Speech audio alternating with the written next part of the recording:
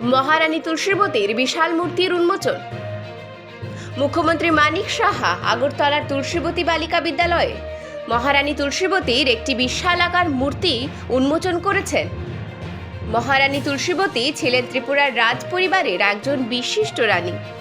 ত্রিপুরার মানিক্য রাজবংশ প্রায় 500 বছরেরও বেশি সময় ধরে ত্রিপুরায় শাসন করেছিল।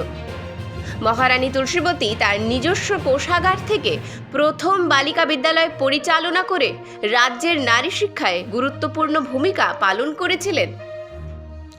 মহারানী তুলসীবতী বালিকা উচ্চ মাধ্যমিক বিদ্যালয়টি 9 এপ্রিল 1894 সালে মহারানী তুলসীবতী প্রাসাদ প্রাঙ্গণে আগরতলা বালিকা বিদ্যালয় নামে তার বালিকা শিক্ষা ধারণার প্রকাশ হিসাবে প্রতিষ্ঠিত হয়েছিল।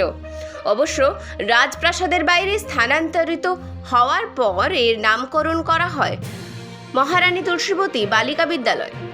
তারপর থেকে এটি শ্রেণী, বর্ণ, ধর্ম এবং গোষ্ঠী নির্বিশেষে মেয়েদের মানসম্পন্ন শিক্ষা প্রদান এবং তাদের পূর্ণ বিকাশের মাধ্যমে সরবরাহ করছে।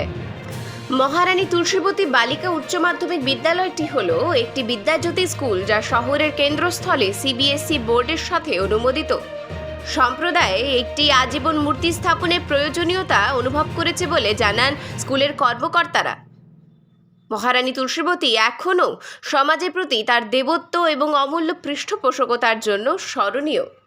Bureau report, spotlight.